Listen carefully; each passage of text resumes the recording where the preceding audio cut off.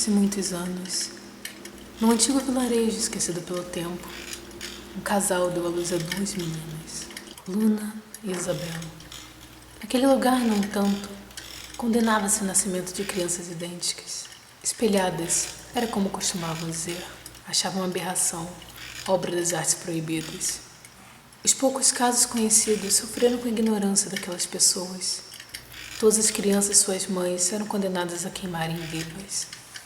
A mãe das meninas, com medo de tal destino, deu algumas poucas moedas à parteira e escondeu suas filhas em casa para manter o seu segredo. Enquanto eram crianças foi fácil, porém elas cresceram e se tornaram lindas moças. A mãe sabia que não poderia prendê-las por muito tempo, não as duas. Com isso, a mãe propôs às meninas que saíssem alternadamente, usando apenas o nome de Luna, a primeira a sair. Seguindo uma lista feita por sua mãe, Luna foi ao armazém comprar especiarias. Após a compra, a atendente chamou pelo nome de um cavalheiro para ajudá-la. Luna diz nervosa que não é necessária ajuda, mas o rapaz aparece e diz que faz questão de ajudá-la. Os dois vêm o caminho todo conversando, fascinados um pelo outro. Ao chegarem na casa de Luna, os dois se despediram esperançosos de se verem novamente. No dia seguinte, é a vez de Isabel sair. Sua mãe lhe disse para ir à igreja rezar, e quem saía de lá era o cavalheiro do dia anterior. Ele grita Luna. Isabel se vira imediatamente, assustada. Afinal, quem poderia conhecer sua irmã? Os dois conversam e logo o rapaz fica intrigado com a doçura de Isabel. Doçura esta que não tinha visto no dia anterior, mas ao mesmo tempo sentiu falta da independência que encontrou em Luna. Os dias passaram. As meninas continuaram alternando entre si para encontrar o jovem pela qual as duas já estavam perdidamente apaixonadas.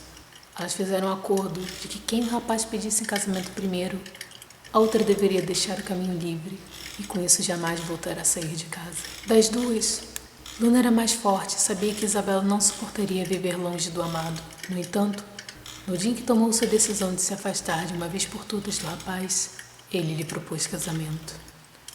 Luna, já com sua decisão firmemente tomada, deixa seus desejos de lado e pede que o jovem lhe repita o pedido no dia seguinte. E para que ele não a estranhe se parecer surpresa. Ele não entende, mas resolve acatar o pedido feito por sua escolhida.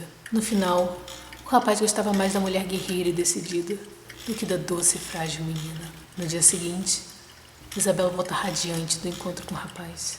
A mãe percebe que Luna não está surpresa e de certo modo até contente. Luna apenas diz a sua mãe que sabe que sua irmã não suportaria viver só e trancada naquela casa e por isso resolveu se sacrificar. Não demora muito para o casamento acontecer. Luna decide apenas torcer pela felicidade da irmã. Seu destino havia sido traçado e agora sua vida era dedicar-se à sua velha mãe.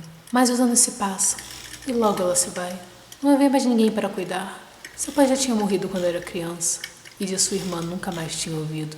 Porém, um dia, Luna encontra um cesto em sua porta. Nele havia duas meninas, espelhadas como ela e sua irmã. Junto delas, um bilhete que diz: cuide bem de nossas meninas. A mãe não resistiu ao parto, mas disse que podia confiá-las a você. Me desculpe. Luna sabia muito bem de quem era o bilhete e também quem tinha deixado as meninas em sua porta. Apesar da perda de sua irmã, Luna estava feliz com o presente que tinha lhe deixado e com a promessa de que as protegeria até o fim.